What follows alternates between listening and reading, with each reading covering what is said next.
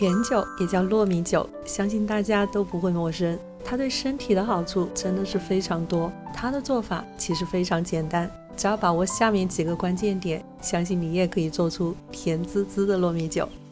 今天用到的是这款泰农公司的上海九品丸，用它做了无数次的甜酒，从来没有翻过车。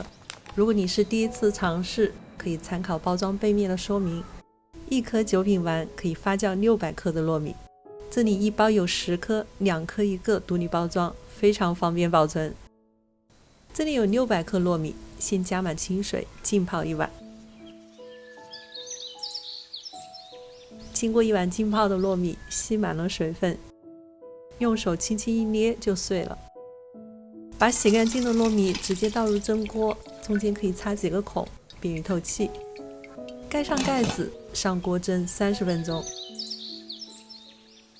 等糯米快要蒸熟的时候，我们取一颗九品丸，把它研磨成粉，再加水融化，最后调成1碗300克左右的汁水。先放在一边备用。再看看我们蒸好的糯米，直接拿走蒸笼布，然后用清水快速给糯米降温。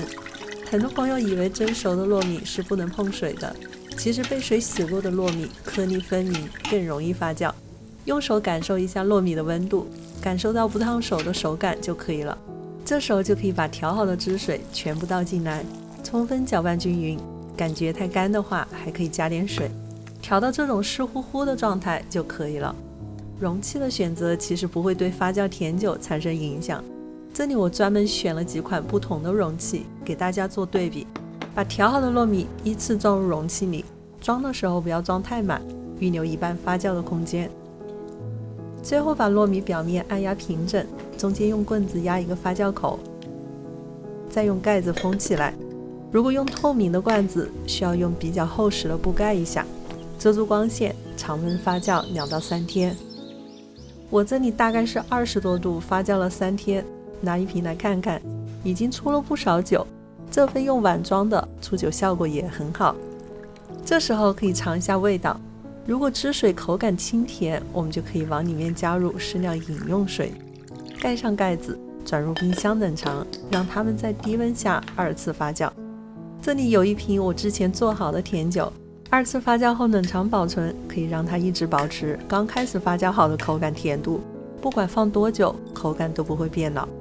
今天我们就用它来做一份超级适合女性朋友们喝的红糖甜酒蛋，而且我还发现用养生壶来煮它真的是超级方便。